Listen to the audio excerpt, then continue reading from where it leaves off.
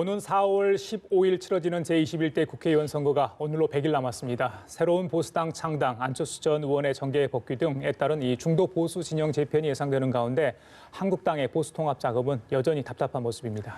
네, 또 이르면 이번 주 검사장급 이상 검찰 고위 인사가 이뤄질 예정인 가운데 추미애 신임 법무장관이 파격 인사를 통해 조직 장악 의지를 드러낼지 관심입니다. 관련 내용들 오영식 전 국회의원, 정태근 전 국회의원과 함께 짚어보겠습니다. 네, 안녕하십니까? 네, 안녕하세요. 예.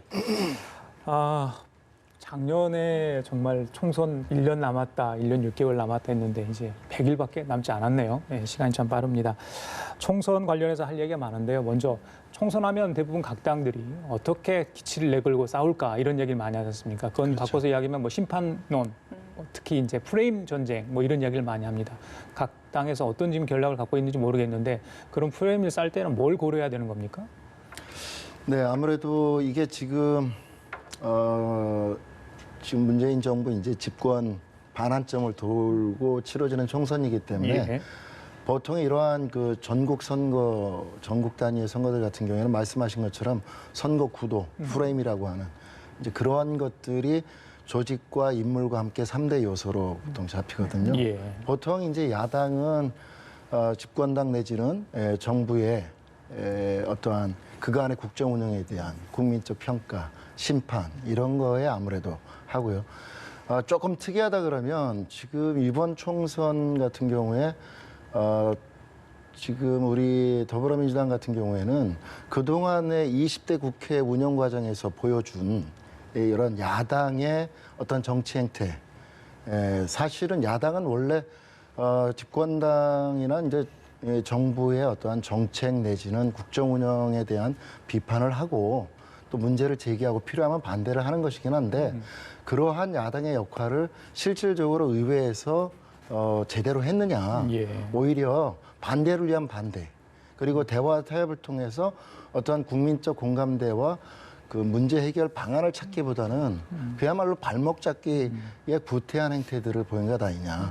이러한 지금 현재 야당의 정치 행태에 대한 국민적 좀 평가와 심판이 이번 총선에 좀 이루어졌으면 좋겠다라고 하는 문제의식이 강하게 있기 때문에요. 예.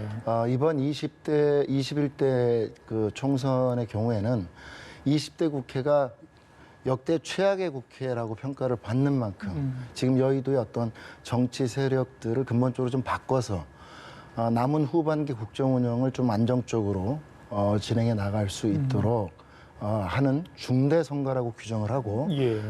이러한 야당의 어떤 구태한 정치 행태에 대한 국민적 심판을 오히려 여당 측에서 많이 국민들께 호소하지 않을까 하는 생각을 갖습니다. 그래요. 심판이라는 단어가 제일 많이 나올 것 같아요. 문재인 정부 심판, 또 구태 정치 심판 이런 대결 구도라 말씀해 주신 것 같은데 민주당에서 뭐 보수 기득권 심판 이렇게 얘기하시는데 사실은 기득권이야 현 집권 세력이 있는 거여가지고 그런 프레임 자체는 적절치 않고요. 저는 이제 뭐 선거를 그런 이제 구도나 뭐 조직 인물 이런 것을 얘기를 합니다만 선거의 핵심은 민심입니다. 그리고 민심의 핵심은 기본적으로 경제와 민생과 일자리의 문제인 거고 그런 문제에 대해서 저는 상당히 국민 여러분들께서 엄혹한 판단을 하실 거라고 보거든요. 예를 들면 작년에 지금 우리 수출이 11개월째 연속 마이너스가 돼가지고 10년 만에 무려 10.3% 두 자릿수로 감소를 했습니다. 그리고 자영업자들 입장에서 보면 지금 전국의 상가 공시율이 지금 11.5%거든요. 이게 12년 만에 벌어지는 일입니다.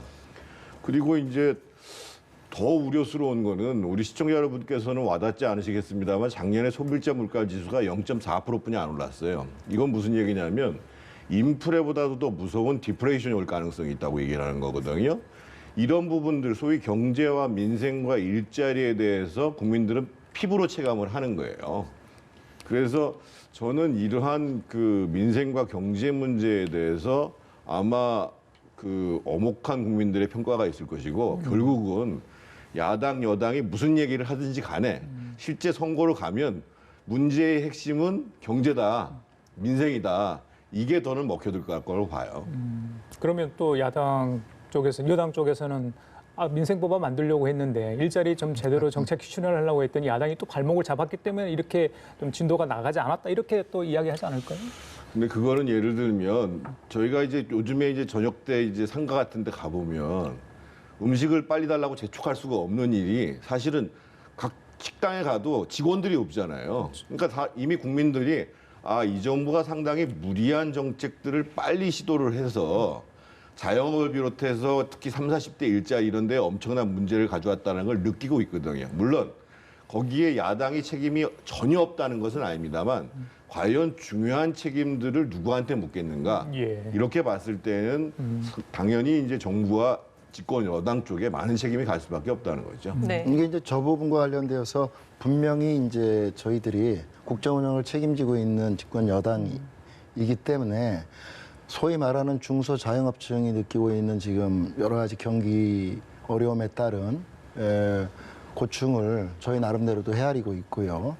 또 정책은 그 정책이 저희 문재인 정부가 추구하고 있는 이러한 공정과 혁신 그리고 또 더불어서 함께 잘 사는 이러한 포괄적 국민 경제를 지향하는데 예를 들면 최저임금의 문제나 또 근로시간 단축 문제나 이러한 정책들을 추진함에 있어서 제기되는 여러 가지 부작용이나 문제점들에 대해서 그때그때 적절하게 정책을 좀 믹스를 좀 해야 되고 또 필요한 예산을 재정의 적극적인 역할들을 추진해야 되는데 사실은 이러한 것들이 제대로 못 되는 원인들이 적지 않습니다.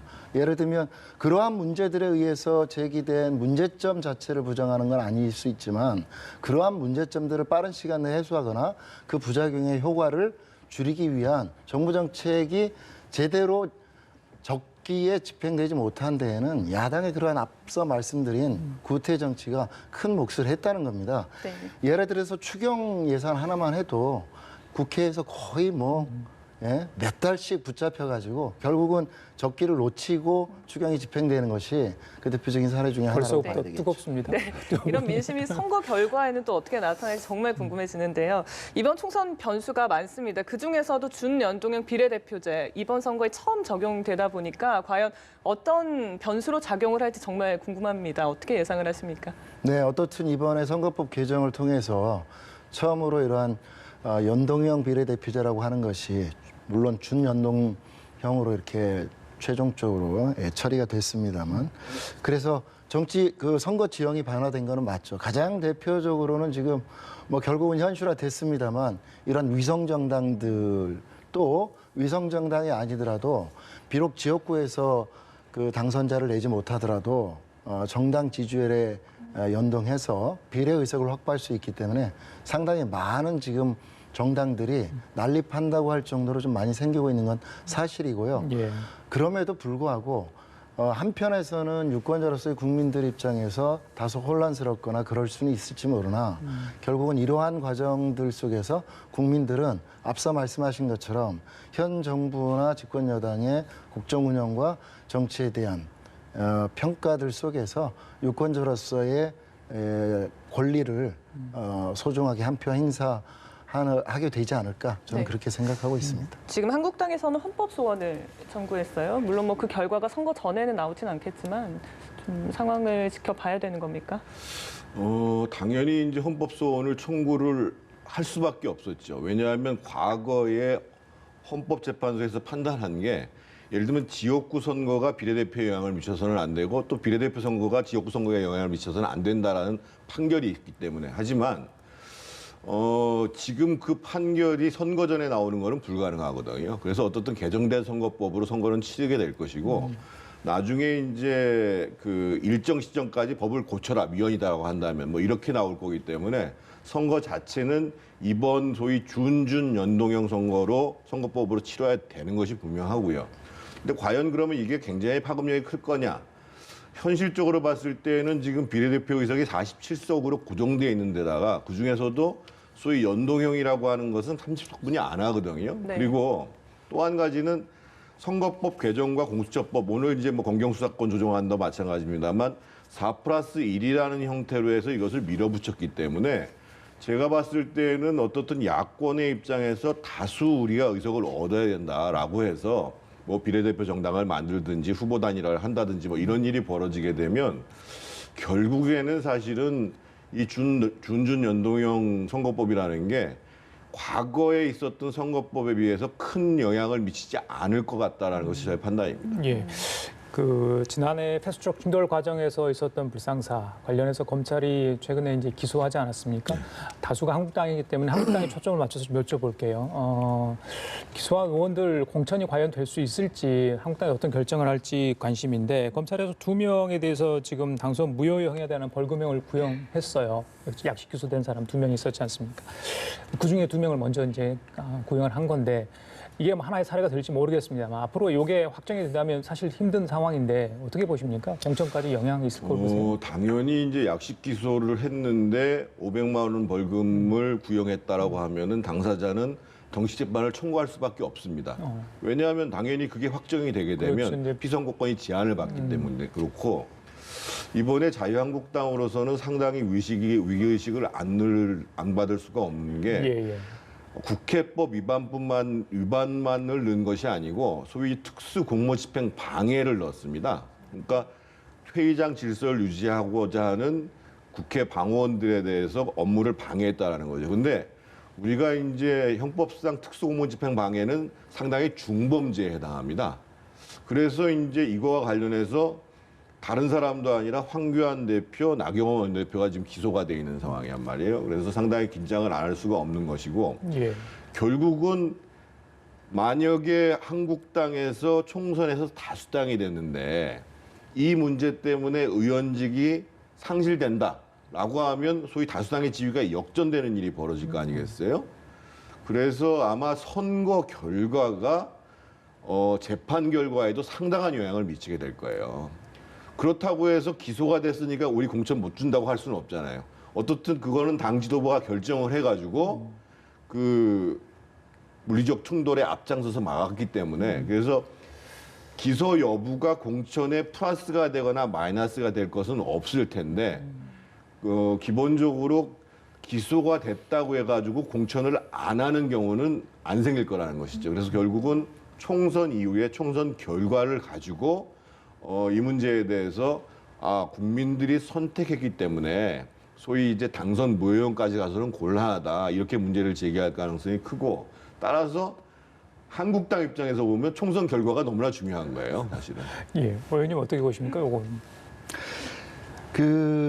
사실은 국회 선진화법을 만들었던 입법 취지를 고려해 보면 이 지금 패스트트랙 처리 과정에서 발생된 이 사태에 대한 사법적 처리 문제에 정책 고려가 들어가서는 사실은 안 됩니다. 이게 어떻게 보면 처음으로 적용해서 판결이 나오는 사례이기 때문에 예.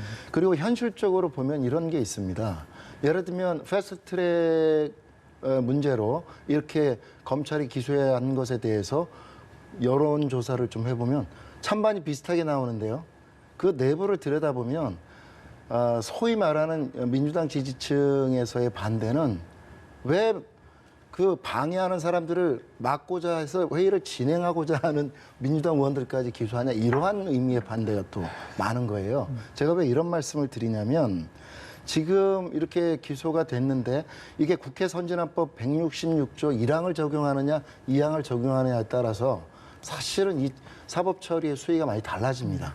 2항의 경우에는 단체나 집단의 힘으로 이런 회의를 방해할 때 처벌 수위가 훨씬 높아요. 2배로 사실 높습니다. 근데 이번에 검찰이 적용한 거는 166조 1항을 적용을 했거든요. 개인의 예를 들면 회의 방해나 이러한 문제로 했기 때문에 이게 또 검찰이 처음으로 이런 국회 선진화법 위반을 사실 사법 처리하기 위한 수사를 하는 과정에서 그리고 법률 적용에 있어서 또 이러저러한 정책 고려가 이루어진 것 아니냐. 그리고 민주당 측의 의원이나 당직자 기소도 이게 뭐 좀 기계적 형평을 맞추려고 했던 검찰의 어떤 정책 고려가 큰 거 아니냐. 이러한 그 국민 의견이 적지 않다는 것을 분명히 명심해야 되고요. 또 하나 현실적인 측면에서 더 지적하고 싶은 것은 지금 현재 약식 기소된 장제원 의원이나 홍철호 의원을 포함한 10여 명의 의원들 같은 경우 당연히 정식 재판 청구를 하게 될 거고요. 이게 총선 전에 결과가 나올 수는 없는 지금 상황으로 보여지기 때문에 이 부분에 대해서 자유한국당이 과연 어떻게 판단할 것인가. 아까 말씀하신 것처럼 공천을 이 사람들 아예 배제하는 것도 어렵고 그렇다고 이 사람들한테 훈장 주듯이 예전에 논란이 됐던 것처럼 가산점 내지는 뭐 그러한 거로 이 양반들을 다 공천을 줘서 총선에 내보낼 때 과연 이분들에 대한 국민들의 표심, 판단, 평가는 어떨까? 뭐 심사숙고해야 될 문제 아닌가 생각됩니다. 고민스럽겠습니다. 네. 예. 자, 총선 구도 앞으로도 어떻게 짜여질지도 굉장히 관심이 쏠리고 있는데요. 일대 다냐, 범여대 범야냐 이런 얘기들이 계속 나오고 있는 것 같습니다. 어제 새로운 보수당이 공식 출범을 했습니다. 정계 개편 과정에서 또 어떤 역할을 하게 될지 궁금한데 어떻게 바라보고 있습니까? 어저께 이제 뭐 유승민 대표는 현재 8석인데 이제 80석을 얻겠다고 말씀하셨는데 객관적으로 쉽지 않은 상황이라고 봐야 되고요.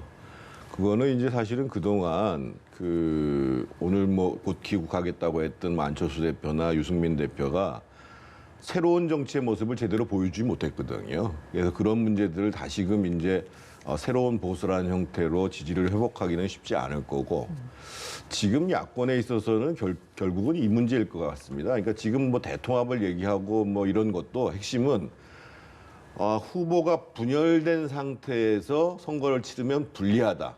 그래서 오늘 황교안 대표가 통합 없이 총선은 절대 못 이기니까 통합추진위원회를 결성하겠다고 얘기를 했단 말이에요. 공식화했습니다. 예. 그러면 저는 사실 그 통합을 하려면 사실 만만치는 않아요. 왜냐하면 정당의 성향들이 너무 다르거든요. 예를 들면 우리공화당처럼 아주 강경한 데가 있는가 하면 한국당도 상대적으로 뭐 새로운 보수당에 비해서는 강경하고 그러면 원칙을 하나 먼저 합의를 볼 것이 뭐냐면 통합 여부에 관계없이 후보 단일화에 합의를 보겠다. 그러니까 큰 예를 들면 뭐 자유민주주의와 시장경제라는 것에 동의를 하고 문재인 정부를 반대하는 것에 동의를 한다고 하는 세력이 일단 후보 단일화에 합의를 본다. 그리고 통합이 되면 좋고 통합이 안 되더라도 후보 단일화. 예를 들면 가장 편한 방법 중에 하나가 예를 들면 미국식으로 이제 오픈 프라이머리라고 그러죠. 완전 개방 국민 경선을 하거나 아니면 여론조사 경선을 해서 어떻든 반문재인 진영 그리고 소위 이제 이 자유민주주의와 시장경제를 존중한다는 원칙 하에서 후보 단일화를 하겠다라고 얘기를 하면 사실은 그게 통합의 실질적인 효과를 내는 거거든요. 그래서 어렵게 뭐 지분 얘기하고 뭐 강령을 어떻게 하고 얘기하는 것보다 후보 단일화의 원칙을 합의한 속에서 이 총선까지 아마 이 적지 않은 시간이 아직 남아 있다고 봐야 되거든요. 그래서 그렇게 한다 그러면 효과를 볼 수 있는데 통합을 전제로 하면은 제가 보기에는 상당히 어려운 작업이 될 것이다 이런 생각이 듭니다. 정님께서 말씀하신 게 이제 개인 사견이실 텐데 그랬으면 좋겠다, 그럴 것 같답니까? 아니면 혹시 자유한국당 내부랄지 야권에서 그런 얘기가 실제 선거연대 쪽 이야기가 들리는 거 있는 겁니까? 지금 뭐 반문재인 진영이라고 하는 데에서는 굉장히 그 절대절명의 과제로 생각을 하고 있지요. 그런데 각 정당이 보여주고 있는 행태뿐만 아니라 각자가 갖고 있는 기득권이 있잖아요. 예를 들면 아까 제가 말씀드리는 완전 뭐 국민 참여 경선을 통해서 단일화를 하겠다든지 또는 여론조사 경선을 통해서 단일화를 하겠다 그러면 자유한국당 입장에서 보면 상당 정도 소위 이제 황교안 대표가 갖고 있는 전략 공천에 대한 권한을 내려놔야 되잖아요.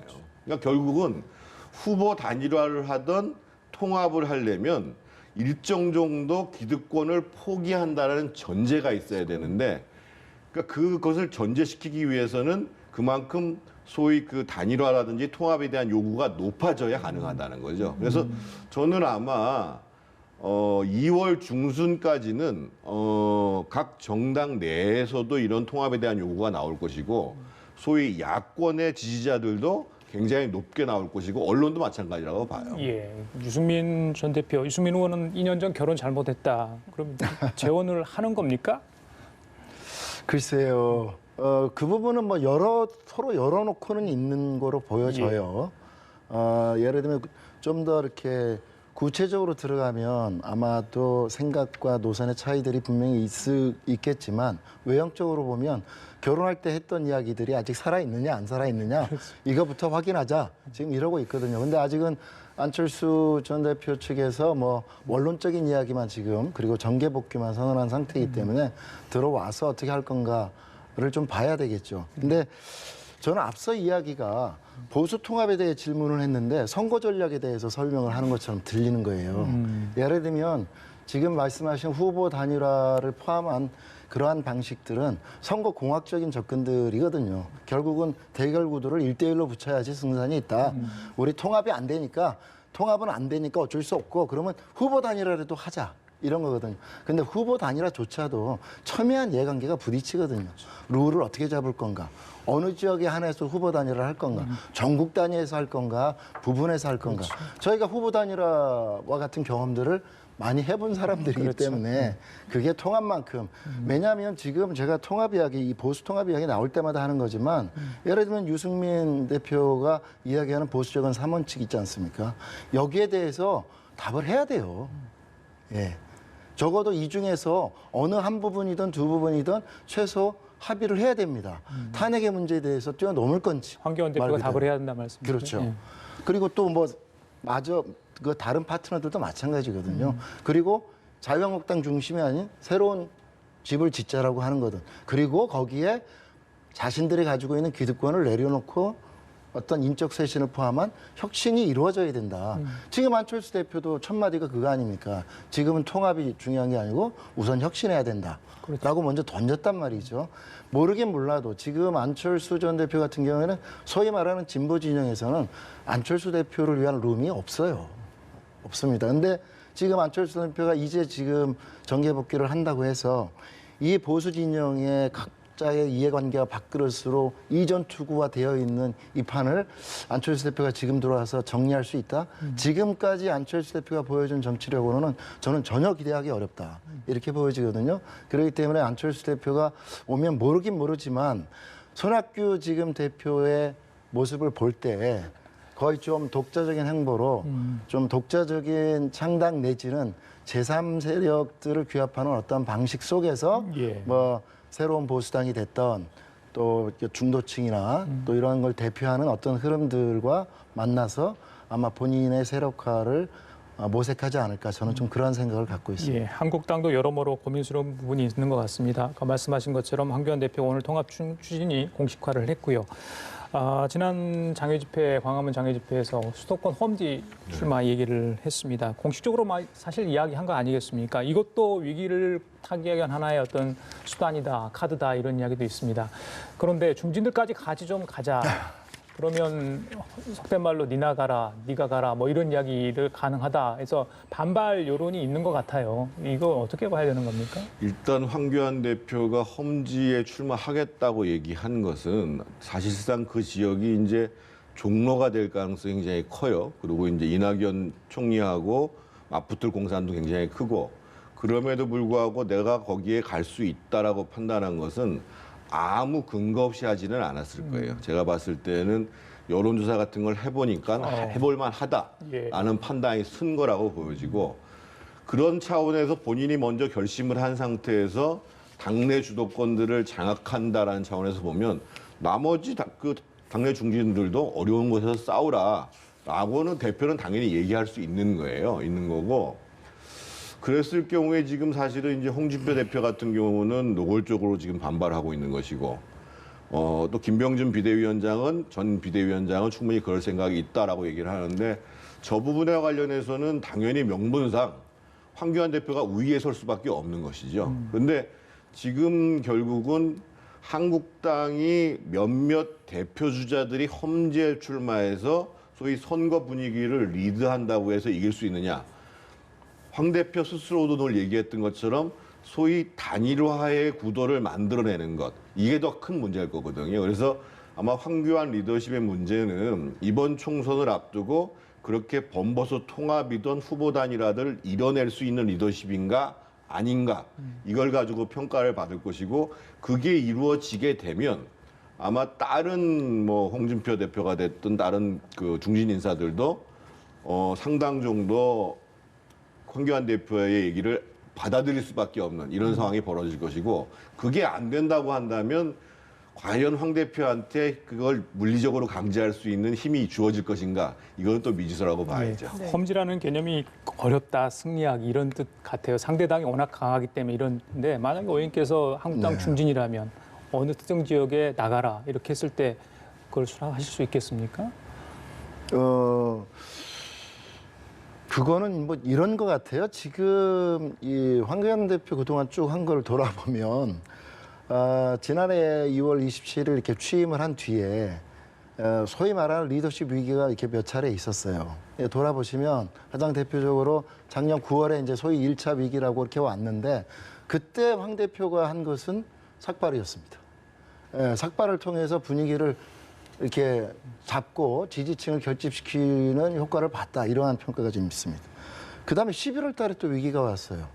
11월 달의 위기는 뭐 대표적으로 소위 말하는 그 박찬주 대장의 영입 논란, 또 김세현 의원의 불출마를 통한 당과 지도부에 대한 아주 강력한 비판이. 근데 이때 황 대표가 취한 건 단식이었습니다. 단식. 이제 그거로 치면 지금 패스트트랙 관련 법안들이 이렇게 통과되고 당 안팎으로 야 이게 뭐냐 이게 명분도 신뢰도 다 못 얻은 패배 아니냐. 더 나가서 이래서 황교안 대표로 총선 치를 수 있겠냐. 이러한 지금 비판의 목소리들이 나오고 있거든요. 여기에 이제 황 대표가 또 꺼내든 카드가 내가 험지 출마할 테니까 같이 하자. 그래서 지금 황 대표의 이러한 리더십을 일각에서는 고구마 리더십이라고 타이밍이 결단이 안 맞다는 거예요. 그리고 이렇게 이제 상황이 비판에 몰렸을 때 그때 이제 그 대안으로 본인이 하나씩 이렇게 던지는 이러한 리더십 가지고는 좀 곤란하지 않냐. 그리고 황 대표의 이러한 결정들이 보수 통합을 제안할 때도 그랬고요. 상황을 조금 이렇게 모면하기 위한 위기 모면용 또는 상황 국면 전환용 이런 식의 그 대응이지 않냐라고 하는 이 신뢰와 진정성에 있어서 황 대표가 많은 점수를 얻지 못하고 있는 것 같습니다. 그러니까 지금 험지 출마 같이 하자는 것도 너나 해라 이런 식의 반응들이 좀 나오고 있거든요. 자, 중요한 것은 지금 황 대표 스스로도 뭐 1월 말 이야기하셨고 유승민 대표도 2월 초 이야기했지 않습니까? 이런 보수 통합론이라 했던. 그다음에 또 이제 연기시키는 것 같던데 공천위원장을 포함한 인적 또 혁신 공천의 문제. 이러한 부분에 있어서 황 대표가 확실하게 본인의 리더십과 비전을 제시하지 못하면 다시 말씀드리면 이 1월 달 안에 뭐 이제 총선도 얼마 안 남았고 다른 현실적 대안 카드도 없으니 황 대표를 중심으로 똘똘 뭉쳐 가자라고 하는 게 당에 확실하게 이렇게 힘을 가져야 다른 중진들도 원하든 원하지 않던 이런 대표의 결정에 같이 동참을 하게 될 텐데 그 성적표가 이번 1월 달 안에 나오게 된다라고 하는 것이죠. 알겠습니다. 지켜보고요. 저희 검찰 상황도 좀 짚어보겠습니다. 추미애 장관이 이르면 이번 주에 검찰 고위직에 대한 인사를 단행할 것으로 예상이 되는 상황인데요. 청와대 수사팀 인사가 포함되는 쇄신 인사냐 아니면 소폭 인사냐 여러 가지 전망이 좀 엇갈리는 것 같습니다. 어떻게 보고 계십니까? 그 청문회 과정에서도 이제 추미애 장관께서 입장을 밝히지 않았습니까? 이제 정해진 절차 규정에 따라서 인사를 하는 거고, 이제 많은 분들도 아마 지금은 알고 계실 텐데, 이 고검장급 또 검사장급을 포함해서 지금 7석이 계속 공석으로 있은 지가 오래됐거든요. 네. 이러한 상태에서 검찰이 제대로 업무를 볼 수는 어렵다. 그래서 이러한 인사 공백을 메꾸기 위해서라도 절차 규정에 따른 인사를 장관 취임 이후에 준비해서 진행을 할 거고요. 이번에 인사가 이렇게 이루어지는 것에 있어서는 추 장관이 그러한 본인이 생각하는 소신과 원칙에 따라서 진행을 하실 사람이라고 생각이 듭니다. 그리고 그것이 그러한 그 고검장이나 검사장급 인사가 있으면 그 뒤에 후속적으로 연결되는 인사 정도를 하고 그 다음에는 정기 인사로 최대한 가는 방향으로 할 거다. 저희는 그렇게 보는데요. 이 부분에 대해서 무슨 지금 수사팀을 뭐 해체시키기 위해서 내지는 뭐 윤석열 총장의 손발을 자르기 위해서 이러한 정치적 의도가 크게 거기에 들어가거나 이러지 않을 거다. 저는 이렇게 생각하고 있습니다. 예, 네. 윤석열 총장의 의견을 듣기 위해서 추미애 법무장관이 만났는지는 모르겠습니다만 글쎄요, 인사폭과 대상이 최대 관심사인 것 같아요. 예. 먼저 지금 어떻든 검찰총장의 의견을 들어야 된다. 과거엔 사실은 협의를 해서 했다는 거죠. 그런데 아직 안 만난 것은 분명한 것 같고 두 번째로 지금 현재 수사를 담당하고 있는 각 지검의 이제 차장, 부장급 검사들에 대해서는 조국 민정수석과 박상기 법무부 장관이 있을 때 검찰 인사 규정을 만들었습니다. 그래서 일선에 나가 있는 부장 차장 검사들은 1년 이상 재직하도록 했기 때문에 그것을 만약에 어긴다고 한다면 상당한 그 문제가 제기가 될 것이고요.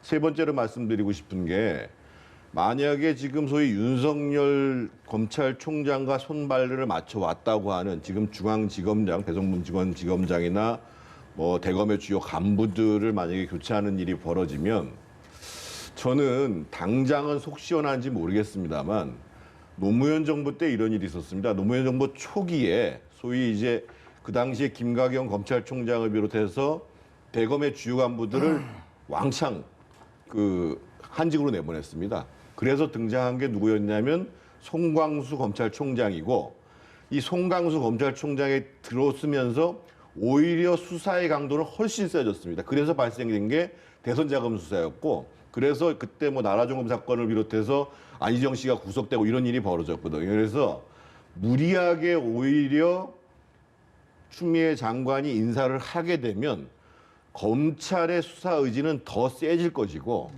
그리고 지금 이미 이제 신년사를 통해서 윤석열 총장은 당신들이 소신 있게 수사를 할 수 있도록 내가 방패막이가 되겠다라고 했기 때문에 저는 아마 추미애 장관이 그런 파장을 가져올 수 있는 인사를 하게 되면 그것을 상대적으로 더 역풍을 맞게 되는 이런 일이 벌어질 가능성이 크다고 보여집니다. 역풍을 넘어 뭐 말씀하시잖아요. 네. 그 이번 이제 검찰 인사는 앞서 말씀드린 것처럼 지금 고검장급과 검사장급의 7석 공석을 빨리 인사를 통해서 채워서 검찰의 업무가 정상화될 수 있도록 해야 그 된다라고 인사라면 하는 게 연쇄 인사가 발생하지 않나요? 그렇습니다. 요인이? 그리고 그 인사를 할 경우에 그에 따른 연쇄 인사가 그 불가피한 인사들을 이번에 같이 하게 될 거라고 보여지는 거거든요. 제가 지금 여기서 한 가지 지적하고 싶은 것은 그러한 인사 과정 속에서 적절한 그 검사들을 적절한 곳에 배치하는 것은 대통령의 인사권인 것이고 그를 위해서 법무부 장관이 제청을 하는 것이고요. 그리고 이번에 이 지금 인사위원회를 연기했지 않습니까? 예. 예, 필요하다면 못 만날 건 없죠. 예를 들면 윤석열 총장을 만나서 의견을 듣는 게 좋겠다라고 한다 그러면 저는 뭐 그건 못 만날 건 없다고 생각합니다. 그러나 그러한 인사 과정 속에서 현재 수사 라인에 대검 수사 라인에 있는 사람의 이동이면 무조건 그것이 뭐 수사를 방해하기 위한 인사다 이런 식으로 매도하는 내지는 전제하는 것도 말이 안 되고요. 또 수사팀을 해체하기 위해서 인사를 하는 것도 원칙적으로 맞지 않는 것이죠. 앞서 말씀드린 것처럼 인사 수요가 발생되어 있고 그 인사 수요를 장관으로서 책임 있게 진행하는 과정 속에서 이루어지는 인사 그리고 그것이 장관이 국민들께 약속했던 것처럼 지금 현재 시대적 요구이자 국민적 요구인 검찰개혁과 법무개혁을 위해서 가장 적임자가 누구냐라고 하는 기준에서 인사를 진행하겠다라고 하는 점을 좀 분명히 말씀드리고 싶습니다. 알겠습니다. 지금까지 오영식 전 국회의원, 정태근 전 국회의원 두 분과 함께했습니다. 오늘 말씀 네, 잘 들었습니다. 고맙습니다. 감사합니다. 고맙습니다.